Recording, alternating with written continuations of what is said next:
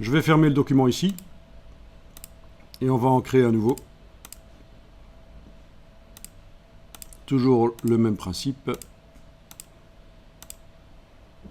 Touche F.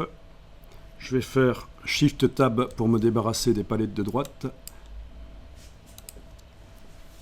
Au niveau de la gestion des palettes, il y a des choses à apprendre, mais nous, on fait les choses simples.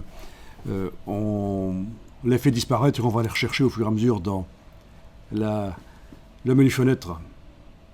Ça peut être intéressant de connaître les raccourcis qui sont mis en face si vous devez souvent aller chercher une palette. Un petit aide-mémoire sur papier à côté de l'ordinateur, au début, ça peut aider. Ce qu'on va faire ici, c'est du texte qui sert à montrer une image. L'image va être vue à travers le texte. Donc, vous allez taper un petit mot avec l'outil texte. Dans ce nouveau document, vous allez cliquer et taper un petit mot, c'est-à-dire que je ne vais pas taper une phrase, pas un slogan, juste quelques lettres comme ça. Je vais agrandir avec l'outil transformation manuelle en prenant une poignée du coin, touche Shift, lâchez le bouton à souris puis la touche Shift.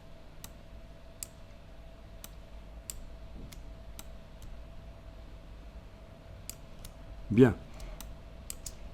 Palette, fenêtre texte caractère, je vais directement enclencher l'approche optique.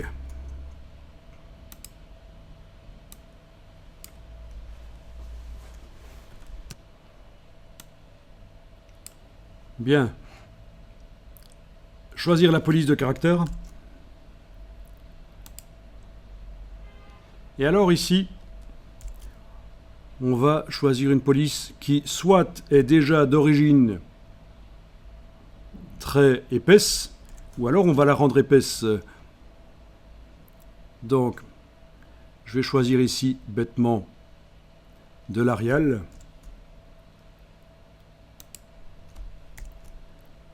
Est-ce que cet Arial-là a des variantes? Oui, parce que sous le mot Arial, il peut y avoir différents fabricants.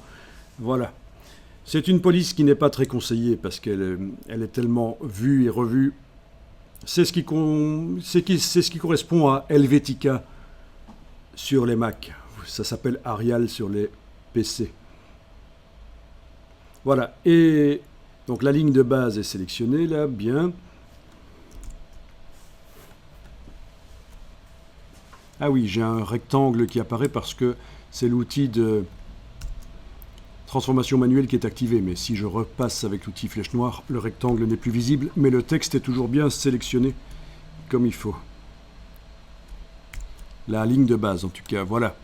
Donc, la variante ici de la police, on a du bold, donc on peut choisir du bold. Vous avez des polices avec beaucoup plus de variantes que ça. Et alors les polices les plus performantes, c'est ce qu'on appelle les polices OpenType. Mais celle-ci n'est pas OpenType. OpenType, c'est une nouvelle technologie de police avec énormément de paramètres qu'on peut modifier, de caractéristiques qui peuvent être modifiées. C'est ce qu'il y a de mieux, c'est la Rolls des polices. Donc voilà, vous pouvez...